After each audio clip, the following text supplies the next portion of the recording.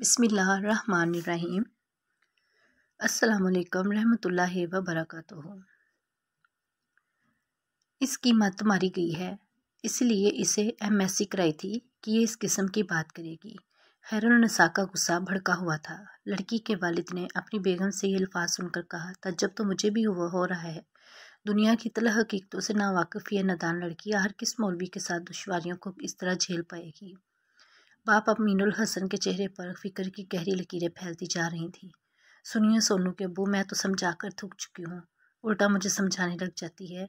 अल्लाह के रसूल सल्लल्लाहु अलैहि वसल्लम की सहाबियात के पेश करने लगती है। ऐसे में भलाई से क्या कोई माकूल बात की जा सकती है?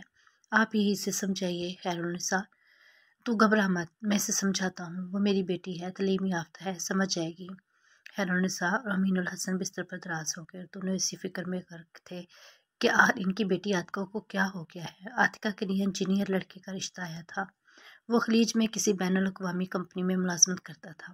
इसके पास फैमिली, लड़के के पास फैमिली वीज़ा है। अरे इधर इसका निकाह और इधर उड़ जाएगी तेरी आतिका। शहर में आलीशान कोठी भी रहती है। इसकी फैमिली से कंपनी की तरफ से बेहतरीन गाड़ी मिली है।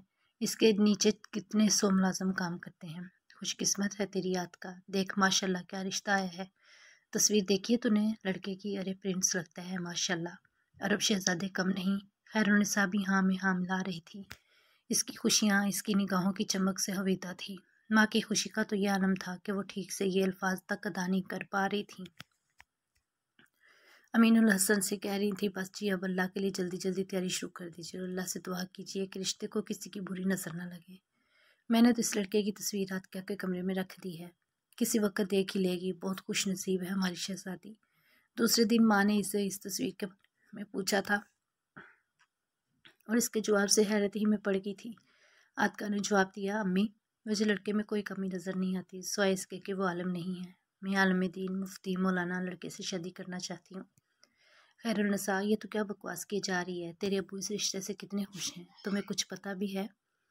मौलाना से शादी करेगी बेवकूफ़ लड़की। तुझे कुछ पता भी है कि लड़का इंजीनियर है, खलीज में नौकरी करता है, लाखों महीना कमाता है, कितने सौ मुलाजमीन इसके अंदर काम करते हैं, फैमिली वीज़ा है इसके पास, आलीशान कोठी भी में रहता है, बेहतरीन गाड़ी है इसके पास। आप सही हैं, लेकिन हर जगह शरह देखी जाती है। हो सकता है कुछ मौलवी बुरे हों, लेकिन ज़्यादातर अच्छे होते हैं और अपनी फैमिलियों को बहुत खुश भी रखते हैं, क्योंकि वह हदीस जानते हैं जिसमें हमारे पैगम्बर सल्लल्लाहु अलैहि वसल्लम ने मर्दों को खिताब करते हुए फरमाया था कि तुम में से बेहतरीन वो है जो अपने अहले खाना के साथ बेहतर है।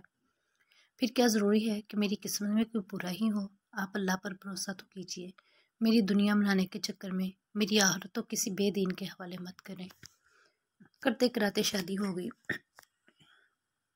2 महीने बाद आतिका ससुराल से अपनी मेके आई थी और ऐसे खुश थी जैसे इसे ज़िंदगी का सबसे बड़ा ख़जाना हाथ लग गया हो। माँ को इस बात की खुशी थी कि बेटी खुश है। ये अलग बात है कि इसने अंदरून में खलश अब भी मौजूद थी। अलबत्ता अमीनुल हसन पूरी तरह मुतमिन थे। बाप बेटी के दरमियान हो रही थी।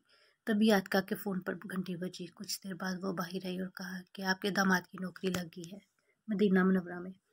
1.5 लाख तनख्वाह है और फैमिली वीज़ा भी है। हम लोग अगले 2 माह के अंदर इंशाल्लाह मदीना मुनव्वरा में होंगे।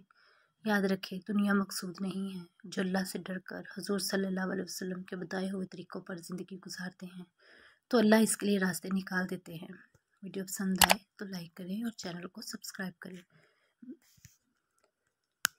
खुदा हाफिज़।